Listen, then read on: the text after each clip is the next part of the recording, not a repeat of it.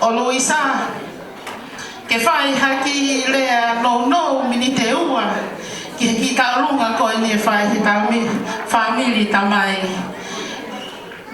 alore a Luisa korea ko fielea kia hauni o kuua pe Oloa ka ikai iai hakau whakalapa i he kolosi he ikai ke tau hen. Oa ka ikai iai hamanawa o whae he ikai ke tau hen. Luisa koe pōpua ki ani mei ho kui mei areata Mariani Vetelesia Pio Kep Ilario. O kune mari mai me hala tukutonga. Pea ne whakateki me he uho o i vai kāsila. Sauke koe rea ai whae koe rea ia mei manawa. Luisa, o kuia e rea ta mei tonga. Mo ene pōpua ki kia te koe.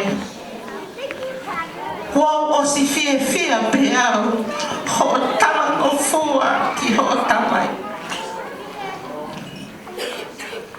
Whakataha, mo e pōpua ki ofa, ho whanga ati, mo ho whanga ankolo. Mei Hawaii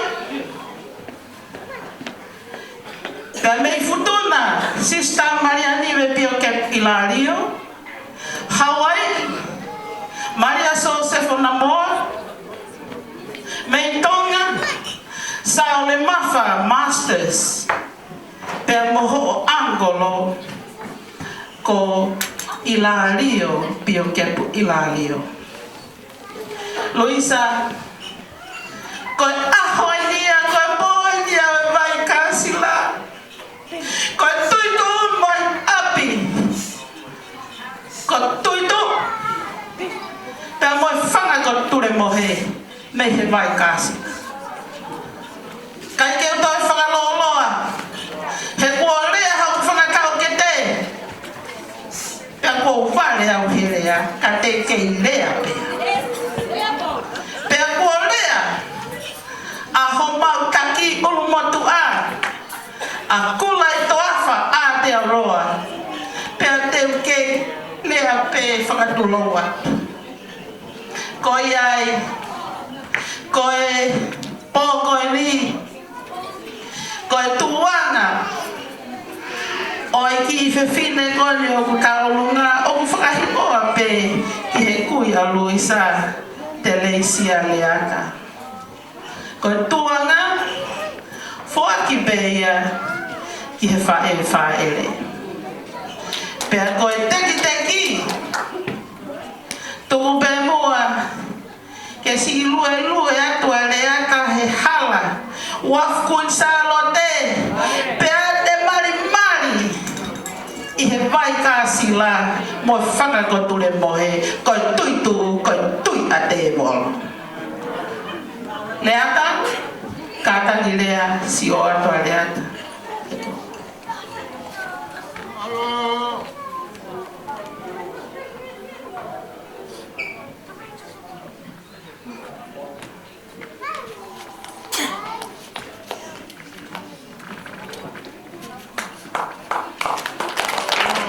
Pea ko kore atu peheni si familia Luisa ke si tomo ai tuanga o ki whewhine ka ulunga ka hoko atu ai ka ulunga ko hipa koe ni o ka ulunga leata ko i mau whae ko hono whakaiku ki mua pea hau ki he wafkun sarote ko tui harangingi e